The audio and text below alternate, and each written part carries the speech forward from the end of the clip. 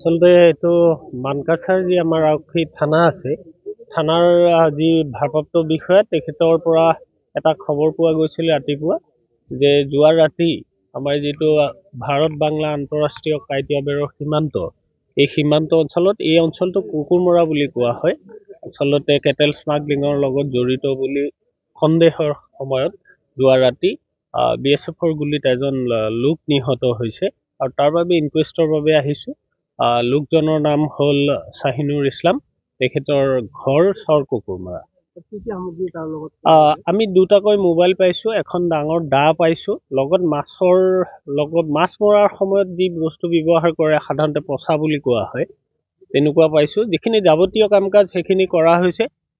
মৃত্যুৰ প্ৰকৃত যিটো কাৰণ হ'ব সেই কাৰণটো আচলতে পোষ্টমৰ্টমত পোৱা যাব। তথাপিও আমি দেহত এটা বুলেটৰ চিন পাইছোঁ। গোটেইখিনি তদন্ত হ'ব। নিশ্চিতভাৱে জিলা আয়ুক্ত মহোদয়ে এই বিষয়ত তদন্ত আদেশ দিব আৰু তদন্তৰ ভিত্তিত গম পোৱা যাব। কিন্তু মোৰ যিখিনি কাম ইনকুৱেষ্টৰ কামখিনি কৰিছোঁ আৰু পোষ্টমৰ্টমৰ বাবে প্ৰেৰণ কৰা হ'ব আৰু মৃত্যুৰ প্ৰকৃত কাৰণ পোষ্টমৰ্টমৰ ৰিপৰ্টৰ পিছত আমি গম পাম।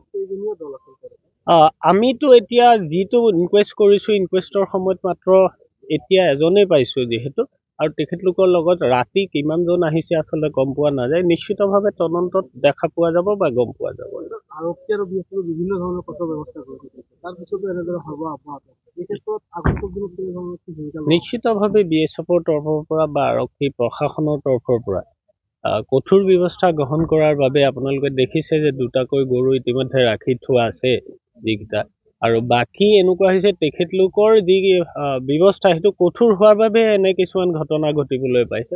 নিশ্চিতভাৱে অনাগত দিনবিলাকতো আৰক্ষী প্ৰশাসনৰ BSF আৰু কঠোৰ হ'ব বুলি আমি আশা কৰিছোঁ, আৰু যাতে কেটেল স্মাগলিংটো বন্ধ হয় তাৰ বাবে। ধন্যবাদ।